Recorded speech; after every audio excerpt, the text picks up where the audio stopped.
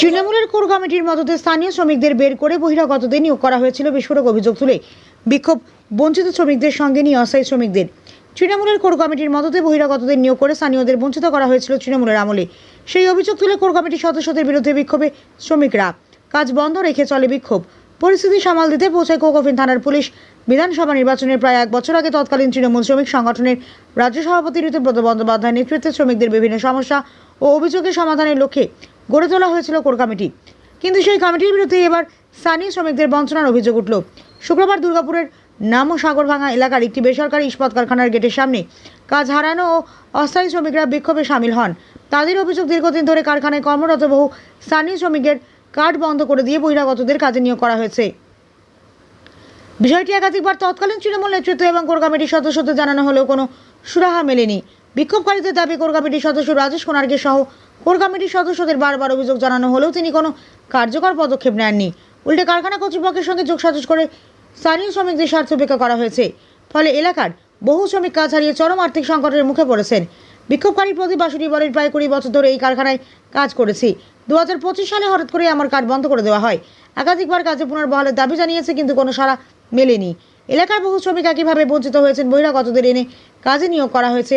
যতক্ষণ না আমাদের দাবি পূরণ করা হচ্ছে ততক্ষণ আন্দোলন চলবে। বিক্ষোভের জেরে কিছু সময়ের জন্য কারখানার কাজ ব্যাহত হয়। শ্রমিকদের দাবি, কাজ হারানো স্থানীয় শ্রমিকদের পুনর্বহাল এবং নিয়োগে স্থানীয়দের অগ্রাধিকার নিশ্চিত করতে হবে। দাবি পূরণ না হলে আগামী দিনে বৃহত্তর আন্দোলনের হুঁশিয়ারিও দিয়েছেন বিক্ষোভকারীরা। দুর্গাপুর থেকে নিমাই দাসের রিপোর্ট, জামালপুর নিউজ লাইভ। কাজ বন্ধ রেখেছেন? কিসের জন্য কাজ বন্ধ করে রেখেছি আমরা বলে দিচ্ছি। আমাদের এখানে লোকাল ছেলে অনেক বেকার আছে। হ্যাঁ, এগুলো সব বাইরে থেকে আমাদের লোক নিয়ে আসছে। বাইরে থেকে লোক নিয়ে আসছে কারখানায়। বাইরে থেকে লোককে নিয়ে এসে ওরা কাজ করাচ্ছে কম দামে, কমে এতে কাজ করাচ্ছে। প্লাস আমার এখানে বুকের উপরে ফ্যাক্টরি, আমাদের জমি জায়গা গেছে। হ্যাঁ, আমাদের জমি জায়গা গেছে। এখানে আমরা নিজেরা কাজ পাই না। আমাদের লোকাল ছেলে কখনো কাজ পাচ্ছি না। আর লোকাল ছেলে বলছে হাঁটাও, লোকাল ছেলে বের করে দিচ্ছে। হ্যাঁ, আমরা পলিউশন খাবো, আমরা গ্যাস খাবো, আমরা ধুলোবালি খাবো। আর বাড়ির ছেলে এখানে এসে পরে করে খাবে? বলুন, কোনো দোষ নেই, অন্যায় আমাদের অন্যায় নেই, কিছুই না। আমরা প্রতিবাদ করি না কখনো। আর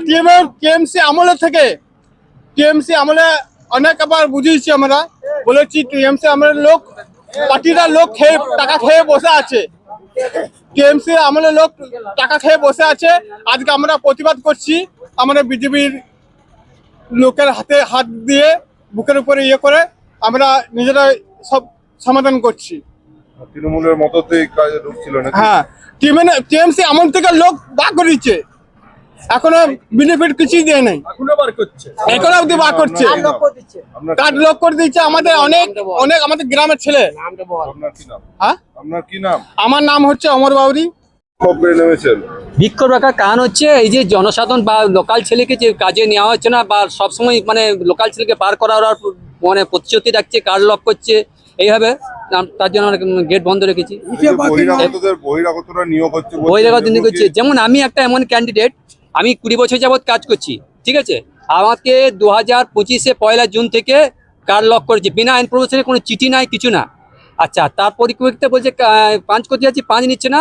আমার পেছনের লোকটা 5 নিচ্ছে, বলছি মেশিন খারাপ, এই খারাপ, কাল এসো মেশিন ঠিক হবে।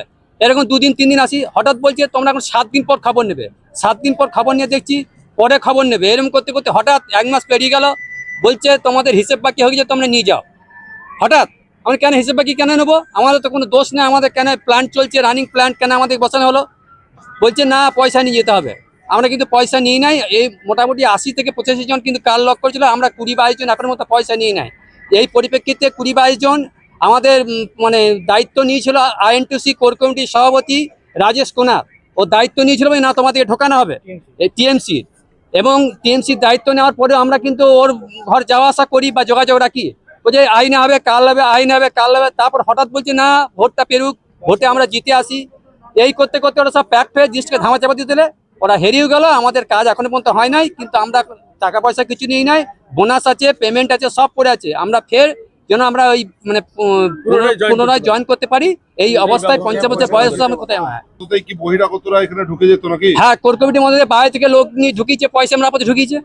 যে নেতার নাম করলেন তিনি কে? আইএনটিউসি কোর কমিটি সভাপতি ছিল আমাদের INTUC INTUC core committee Rajesh কোনার, তার বাড়ি হচ্ছে নতুন গ্রাম। তার মধ্যে কি বহিরাগতরা ঢুকতো? তা হতে পারে, তার মধ্যে লোকাল নেতা নেতৃত্ব তো থাকবেই ওর সঙ্গে প্যাক। মানে কারখানার সাথে যোগাযোগ হ্যাঁ, ছিল কারখানার না? সাথে ম্যানেজমেন্ট সবার সাথে যোগাযোগ আছে, তাছাড়া একাত্তা কাজটা করতে পারবে না। কি চাইছেন এখন? আমি চাইছি আমার যে 20 বছর কাজ করছি এই অবস্থায় 50 বছর বয়সে কোথায় যাব আমি কোথায় যাব? এই বয়সে আমাকে কেউ কাজে নেবে? আমি যেন এখানে আবার ফের পুনরায় যেন কাজে বহাল হতে পারি। কি নাম আপনার? আমার নাম প্রদীপ বাসুরি। যে লোকগুলোকে বার করে দিচ্ছে, এখন গ্র্যাজুইটি টাকা এখনো দেওয়া হয়নি। গ্র্যাজুইটি কেন দিচ্ছ না ম্যানেজমেন্টকে অকারণে বের করে দিচ্ছে। অকারণে বার করে দিচ্ছে। যাকে মন যখন যাচ্ছে জোর জবরদস্তি কাজ করছে, কাজ না পারলে সঙ্গে সঙ্গে কার লোক করে দিচ্ছে। তৃণমূল আমলে করেছে। তৃণমূল আমলে করেছে, কিছু না হোক না হোক কার লোক করে দিচ্ছে। এখন লোক খুলছে না। আপনারা বিজেপি নেতৃত্বকে জানিয়েছেন? হ্যাঁ, আমরা জানিয়েছি, বিএমএস কে? বিএমএস কেও জানিয়েছি। কি বলছে ওরা? ওরা তো আমরা থেকে দায়িত্ব দিয়েছে আমাদেরকে। ওরা বলছে কি নাম আপনার? আমার নাম আশিস ঘোষ। আপনি কিছু পদে আছেন? হ্যাঁ, কি বিএমএস এর প্রেসিডেন্ট আছে। বিএমএস এর প্রেসিডেন্ট, মানে পশ্চিম বর্ধমানের কোন এই কমিটির নাকি? হ্যাঁ।